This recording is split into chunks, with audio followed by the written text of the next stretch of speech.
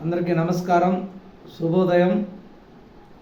ఈరోజు ప్రధాన దినపత్రికలను వార్తలు కానీ విశ్లేషించినట్లయితే, ముందుగా సాక్షి దినపత్రిక తీసుకున్నట్లయితే,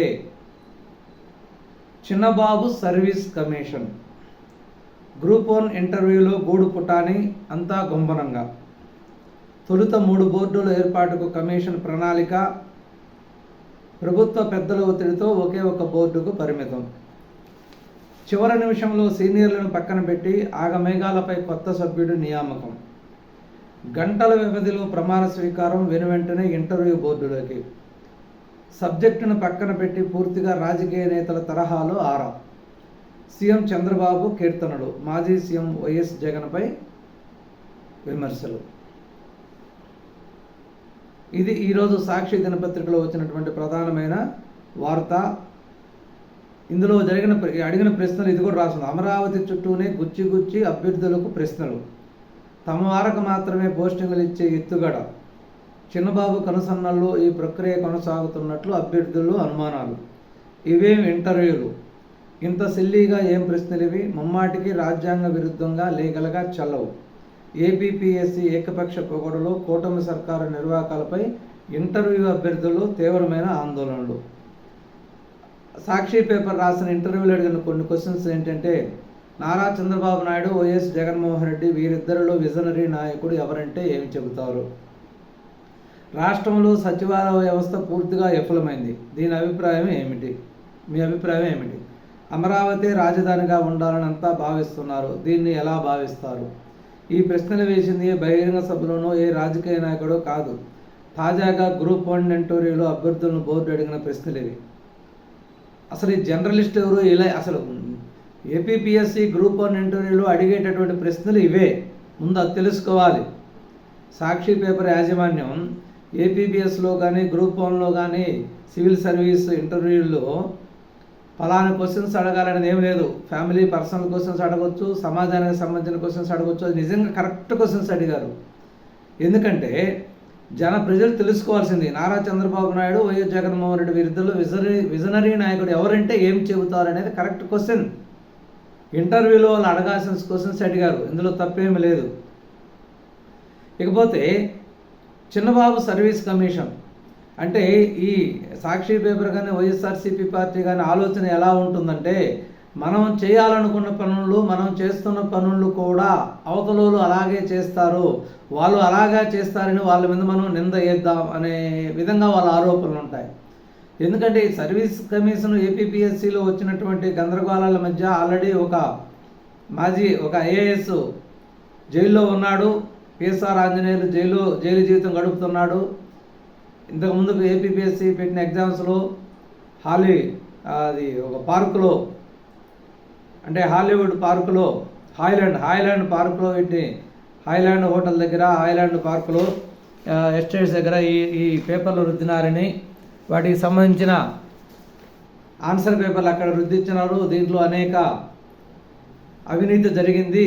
ముందు డిజిటల్ మూల్యాంకనం చేశారు, దీన్ని మాన్యువల్గా మూల్యాంకనం చేయాలి అని కోర్టు ఆదేశిస్తే, మాన్యువల్గా మూల్యాంకనం డ్రైవర్ల ద్వారా, అక్కడ చేసే పని మనుషుల ద్వారా మూల్యాంకనం చేపించి ఫలితాలు రెడీ చేసినటువంటి చరిత్ర మీది. కాబట్టి ఇక్కడ ఈ ఎన్డీఏ ప్రభుత్వంలో ఎటువంటి డొంక తిరుగుడు వ్యవహారం ఉండదు. నిన్న జరిగిన టీచర్స్ బదిలీలు కూడా ఎంతో సమన్వయంగా, చక్కగా, నిజాయితీగా జరిగాయి. ఈ ఇంటర్వ్యూలు కూడా గ్రూప్ 1 ఎగ్జామ్స్ కూడా డేట్ ఇచ్చడం, పెట్టడం అన్నీ కరెక్ట్గా, ఇబ్బంది లేకుండా జరిగాయి. ఇంటర్వ్యూ కూడా అలాగే జరుగుతుంది.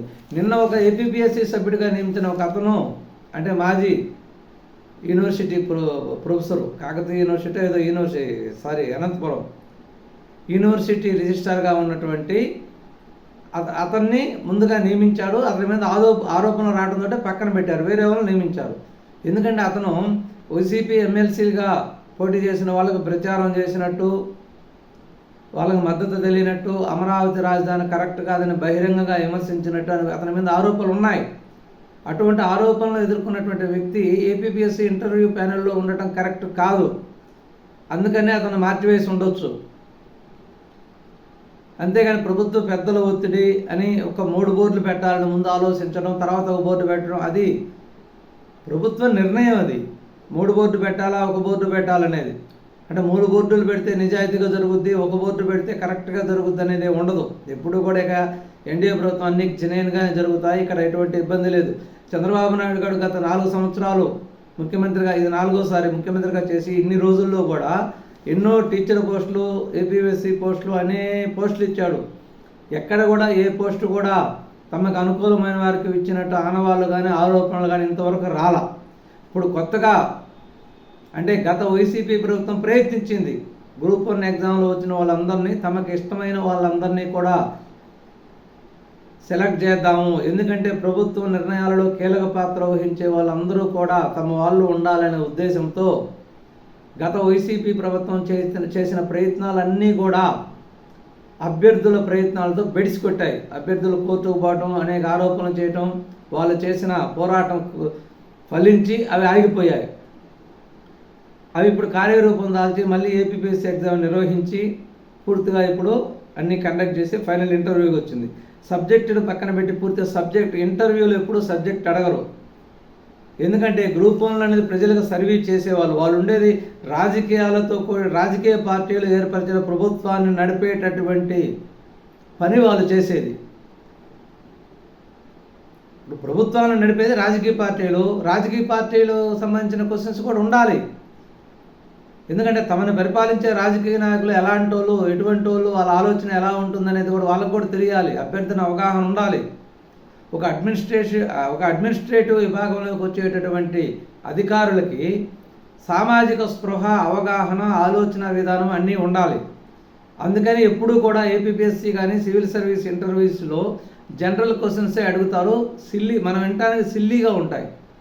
సిల్లీ క్వశ్చన్సే అడుగుతారు. ఎందుకంటే ఇంటర్వ్యూలో పార్టిసిపేట్ చేసిన వాళ్ళందరూ విజనరీ నాయకుడు ఎవరంటే దాన్ని చెప్పే సమాధానం బట్టి వాళ్ళ ఆలోచన విధానం కూడా అర్థమవుద్ది. క్వశ్చన్స్ సిల్లీ అయినా కూడా వాళ్ళు చెప్పే సమాధానాలను బట్టి వాళ్ళ ఆలోచన విధానము, వాళ్ళ శక్తి సామర్థ్యాలు ఇవన్నీ కూడా తెలుస్తాయి. దాన్ని బట్టే సెలక్షన్ అనేది ఉంటుంది. కాబట్టి ఇదొక మరి పచ్చి అబద్ధపు ప్రచారము. కాబట్టి ఇవన్నీ కూడా ప్రజలు నమ్మొద్దు. వీటిలో మనం సాక్షి కూడా చదువుతూ ఉండాలి. మంచి ఏదో చెడేదో బేరీజ్ వేసుకుంటూ ఉండాలి. ప్రజలకు వాళ్ళు రాసేటటువంటి అబద్ధాలు, తప్పులు కూడా ప్రజలకు తెలియజెప్పాల్సిన బాధ్యత కూడా మన మీద ఉంది.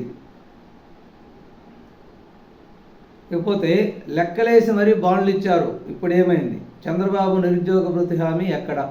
వైఎస్ఆర్సీపీ అధ్యక్షుడు వైఎస్ జగన్ నిలదీత. ఫీజు రీఎంబర్స్మెంట్ బకాయిల సంగతి ఏంటి? 6,400 కోట్లు గాను ఇచ్చింది ఎంత? మీ నిర్వాహకంతో చదువులు మానుకోవాల్సిన దుస్థితి. మీరు ఎగ్గొట్టడంపై ప్రశ్నిస్తే ఉక్కు పదంతో అనగదొక్కే ప్రయత్నం చేస్తారా? నరసరావుపేటలో యువతా విద్యార్థులపై పోలీసుల లాఠీచార్జీ దారుణం. వీళ్ళంతా చేసిన తప్పేంటి? కలెక్టర్ని కలిసి డిమాండ్ పత్రం ఇవ్వాలనుకోవడమా?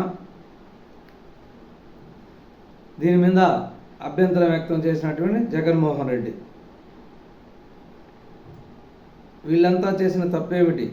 మీ రెడ్ బుక్ రాజ్యాంగ పాలనకు నిదర్శనం కాదా? మితిమీరుతున్న మీ అబద్ధాలు, మోసాలు, దౌర్జన్యాలు. మీ పాపాలు పండే రోజు దగ్గరలోనే ఉంది. ఇప్పటికైనా తప్పులు సరిదిద్దుకోండి అని హెచ్చరిక. యువత పౌరు విజయవంతం కావడంపై హర్షం. ఓకే, ఈ పోరాటాలన్నీ కూడా తప్పు పట్టాల్సిన అవసరం మీరు. యువత పౌరు చేయొచ్చు, ఫీజు రీఎంబర్స్మెంట్ పౌరు చేయొచ్చు, ఇవన్నీ కూడా చేయొచ్చు, ఇబ్బంది. కానీ వాటిల్లో మీరు వేరొక ఆలోచన పెట్టుకొని చేయకూడదు. వాళ్ళని తప్పుదారి పట్టించేటటువంటి విధానం చేయకూడదు. ఎందుకంటే మీరు ఇంత ఆలోచన ఉన్నారు. నేను ఎక్కడో చూసాం, కత్తులు అవన్నీ పెట్టుకొని కూడా యువత డ్యాన్స్ చేస్తున్నారు వైసీపీ జెండాలు పట్టుకొని. ఇటువంటి అరాచకాలతోనే డేంజర్. కాబట్టి మీరు న్యాయంగా, ధర్మబద్ధంగా నిలదీయండి ప్రభుత్వాన్ని. ప్రభుత్వం చేయాల్సిన పథకాలన్నింటినీ కూడా ఎందుకు ఇంకా చేయలేదనేది ప్రశ్నించండి. జనాలు కూడా హర్షిస్తారు, ఇబ్బంది ఏం లేదు. నేడు వైఎస్ఆర్సీపీ విస్తృత స్థాయి సమావేశం. ప్రజల వద్దకు వెళ్లకుండా జగన్ అడ్డుకునే కుట్ర. మాజీ సీఎం బుల్లెట్ ప్రూఫ్ వాహనం అక్రమ జప్తు. వైఎస్ జగన్ భద్రతపై కూటమి సర్కారు మరో కుతంత్రం. ఇదొక పనికిమాలిన వార్త. అంటే ఒక మనిషిని నిలువునా తొక్కించినటువంటి వాహనాన్ని జప్తు చేయకుండా ఉంటుందా ప్రభుత్వం? అంటే ఒక సాధారణ పౌరులకి జగన్కి ఒక న్యాయము, సాధారణ పౌరులకు ఒక న్యాయమా? ఒక మనిషిని యాక్సిడెంట్ చేసి నిలువున తొక్కిచ్చి చంపింది కాబట్టి అది ఏ వాహనమైనా కావచ్చు, దాన్ని జప్తు చేసి పోలీస్ స్టేషన్లో పెట్టవలసిన బాధ్యత అనేది వాళ్ళ మీద ఉంది. దానికి ప్రభుత్వం ఏమి చేయదు. తర్వాత జరిగే విచారణలు తర్వాత దాన్ని మళ్ళీ రిలీజ్ చేసుకునేటువంటి అవకాశం ఉంది. మీరు న్యాయపరంగా పోరాడండి. మీరు చేసిన పనే పనికిమాలిన చర్య, దాన్ని మళ్ళీ మీరు సమర్థించుకోవటం. అమరావతికి మరో 45,000 ఎకరాలు సేకరణ, ఇంటర్నేషనల్ ఎయిర్పోర్టుకు 5,000 ఎకరాలు, స్మార్ట్ ఇండస్ట్రీస్కు 2,500 ఎకరాలు, స్పోర్ట్స్ సిటీకి 2,500 ఎకరాలు. ఇవన్నీ వస్తేనే ఇప్పుడున్న భూములకు విలువ. భూసేకరణకు మంత్రివర్గ ఆమోదం, వచ్చే నెలలో నోటిఫికేషన్. జిఏడి హెచ్ఓడి టవర్ల నిర్మాణం ఎన్సీసీ ఎల్ఎన్టీ షాపూర్ పల్లంజీకి. తెలంగాణతో చర్చించి వివాదం లేకుండా పోలవరం బనకచెర్ల ప్రాజెక్టులు. బిల్డర్లకు వెసులుబాటుగా నిర్మాణ నిబంధనలో మినహాయింపులు సరళతరం. రప్పాపై కేబినెట్లో చర్చ. ఈ విధంగా నిన్న జరిగిన కేబినెట్ మీటింగ్లో అనేక నిర్ణయాలు ఆమోదం చెప్పడం జరిగింది. అమరావతికి రెండోసారి భూసేకరణ చేయడం కోసం 45,000 ఎకరాలకు ఆమోదం తెలియజేయడం జరిగింది. దీనిలో ఇంటర్నేషనల్ ఎయిర్పోర్ట్కి 5,000 ఎకరాలు, స్మార్ట్ ఇండస్ట్రీకి 2,500 ఎకరాలు, స్పోర్ట్ సిటీకి 2,500 ఎకరాలు. అదేవిధంగా జిఏడి హెచ్ఓడి టవర్ల యొక్క నిర్మాణాన్ని ఎన్సీసీకి ఎల్ఎన్టీకి షాపూర్ పల్లెంజీకి అంటే పాత సంస్థలకి అప్పచెప్పడం జరిగింది. తెలంగాణతో వచ్చిన వివాదాన్ని, బనకచెర్ల ప్రాజెక్టు మీద వచ్చిన వివాదాన్ని చర్చలతో పోలవరం బనకచెర్ల వివాదాన్ని పరిష్కరించుకోవాలని నిర్ణయం తీసుకోవడం జరిగింది. బిల్డర్లకు వెసులుబాటుగా ఉండే విధంగా కొన్ని నిర్ణయాలు తీసుకోవడం కూడా జరిగింది. అదేవిధంగా సత్తెనపల్లి నియోజకవర్గంలో జగన్ పర్యటనలో రప్ప అనే పోస్టర్ని ప్రదర్శించడం వల్ల దాని మీద కూడా చర్చ జరిగింది. ఆ పోస్టర్ను ప్రదర్శించింది టీడీపీ కార్యకర్తే అని తర్వాత తేలడంతో కంగుతిన్న పెద్దలు. కూటమికి నష్టమా లాభమా అనే దానిపై చర్చించిన మంత్రులు. టీడీపీ కార్యకర్త ఏం కాదు, వాళ్ళు పేమెంట్ ఇచ్చి ఎవరో ఒక కార్యకర్త ద్వారా దాన్ని ప్రదర్శింపజేశారు. తలొక్కకుంటే హుష్కాక్, త్వరలో ఐపీఎస్ అధికారులు బదిలీలు. పలు జిల్లాల ఎస్పీల పైన బదిలీ వేటుకు సన్నద్ధం. నెల్లూరు, చిత్తూరు, కృష్ణా, గుంటూరు ఎస్పీల బదిలీకి నిర్ణయం. సీనియర్ ఐపీఎస్లకు స్థానచలనం. నెలాఖరుకు బదిలీ ప్రక్రియ పూర్తిగా ప్రభుత్వం కసరత్తు. అదేవిధంగా ఈనాడు దినపత్రిక తీసుకున్నట్లయితే యుద్ధ విరామం, శాంతించిన ఇజ్రాయెల్ ఇరాన్, కాల్పుల విరమణను ప్రకటించిన ట్రంప్. 3 గంటల్లోనే ఇరాన్ ఉల్లంఘనకు పాల్పడిందన్న ఇజ్రాయెల్. తమ దేశంలో 4 చనిపోయారని వెల్లడి. ప్రతి దాడులకు హెచ్చరిక. ట్రంప్ జోక్యంతో వెనక్కి. ఎట్టకేలకు ఇరాన్ ఇజ్రాయెల్ అనేది కాల్పుల విరమణ ఒప్పందంకు వచ్చినట్టు తెలుస్తున్నది. కాల్పుల విరమణను ప్రకటించినటువంటి ట్రంప్ ప్రకటించిన తర్వాత 3 గంటల్లోనే ఇరాన్ ఉల్లంఘనకు పాల్పడిందని ఇజ్రాయెల్ ఆరోపణ. దానికి ప్రతిదాడికి సన్నిద్ధమవుతున్న ఇజ్రాయెల్ ట్రంప్ జోక్యంతో వెనక తగ్గటం జరిగింది. కుబేరును తలదన్నే కుంభకోణం. ఏపీఎస్బీసీఎల్ నుంచి డిస్టిలరీల ఖాతాల్లోకి సొమ్ము జమ. వెంటనే ముడుపుల సొమ్ము డొల్ల కంపెనీల ఖాతాల్లోకి, అక్కడి నుంచి కల్పిత సంస్థల ఖాతాల్లోకి చేరవేత. చివరిగా హవాలా మార్గాల్లో అంతిమ లబ్ధిదారులకు అందజేత. ఆధారాల వెలికి తీసిన సిట్. ఈ మధ్య ముడుపుల కోసం కొన్ని డొల్ల కంపెనీలు ఏర్పాటు చేయడం జరిగింది. ఆ డొల్ల కంపెనీలు వైకాపా ముఠా అనేది సృష్టించడం జరిగింది. ముంబై, ఢిల్లీ కేంద్రాలుగా అనామకుల పేర్లతో ఈ సంస్థలను ఏర్పాటు చేయడం జరిగింది. మొట్టమొదటగా ఏపీఎస్బీసీఎల్ నుంచి అంటే ప్రభుత్వం నుంచి ఎవరైతే ముందు తయారు చేస్తారో వాళ్ళ ఖాతాల్లోకి డబ్బు జమ చేస్తారు. జమ చేసిన తర్వాత వాళ్ళకు వచ్చిన డబ్బుల నుంచి ఆ ముడుపుల సొమ్ము అనేది డొల్ల కంపెనీల ఖాతాల్లోకి వాళ్ళు ట్రాన్స్ఫర్ చేయటం, అక్కడి నుంచి చివరిగా హవాలా మార్గాల్లో అంతిమ లబ్ధిదారులకు చేరటం అనేది ఈ డబ్బు ప్రవాహం జరిగినటువంటి విధానం. దీని మీద పూర్తిగా దాదాపు సిట్ అనేది వివరాలు సేకరించినట్లు తెలుస్తున్నది. 1202 మంది టీచర్లు మిగిలిపోయారు. వీరి సర్దుబాటుకు కసరత్తు. పోలవరం బనకచెర్లను సామరస్యంగానే సాధిద్దాం. తెలంగాణతో ఘర్షణ వద్దు, అవసరమైతే కేంద్రం జోక్యం కోరదాం. శుభాంశు శుక్ల అంతరిక్ష యాత్ర నేడే మధ్యాహ్నం 12 గంటలకు పయనం. సిలికాన్ వ్యాలీని తలపించేలా క్వాంటమ్ వ్యాలీ నేడు విజయవాడలో వర్క్షాప్. ఇది ఈరోజు ప్రధాన దినపత్రికలో ఉన్నటువంటి ముఖ్యమైన వార్తలు. నమస్కారం, ధన్యవాదాలు.